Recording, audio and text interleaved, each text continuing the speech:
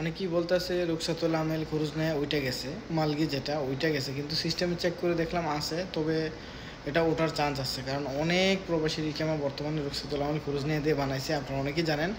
তো এখন আপনারা চেক করেন, কারো কারো উঠছে, কারো কারো ওঠে নাই। যারা চেক করতে চান দ্রুত যোগাযোগ করেন, ইকামার নাম্বার পাঠাই দেন, চেক করে দেওয়া যাবে। এটা আপনারা একদিনে চেক করে দিতে পারবেন, একটু সময় লাগে, বেশি সময় লাগে না। অনেকে চেক করার জিনিসটা সিস্টেমটা বুঝে না, এটা কপিল মুয়াসাও চেক করা যায়, ওয়েবসাইট আছে, এটা আমরা চেক করে দিতে পারবো, সমস্যা নাই। অনেকে উঠছে, কারো ওঠে নাই এরকম শুনছি, কিন্তু আমি একটা চেক করে একটা দেখলাম মালকি আছে, তবে কালকে বাকিগুলো চেক করে দেখবো। শুনলাম অনেকের উঠছে, আর যাদের উঠে নেই তাদের একটু সময় লাগবে, উঠবে। এটা আজকে থেকেই কাজটা চালু হয়েছে, যে কারণে অনেকের উঠে নাই, তবে অপেক্ষা করেন, তবে সবাই চেক করান, 2 দিন 3 দিন পর পর চেক করান। যারা চেক করে দিতে চান কেমন পাঠাই দিন হোয়াটসঅ্যাপে, সমস্যা নাই, চেক করে দেওয়া যাবে। মালকি যাদের আছে আপনারা, আপনাদের জন্য বর্তমানে সুখবরই, যদি এরকমটা হয়ে যায়। এই পর্যন্ত দেখি নাই, বাট হয়েছে, হবে এমনটা আশা করি, কারণ সরকার থেকে এটা করার দরকার ছিল, এটা করে দিয়েছে।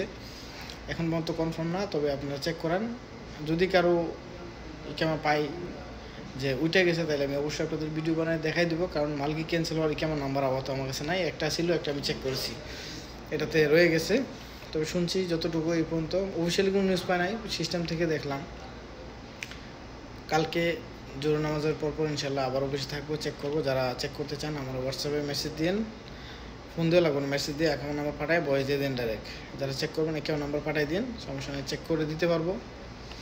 তো অপেক্ষা করেন, বাকি আপডেটগুলো আমি দেবো।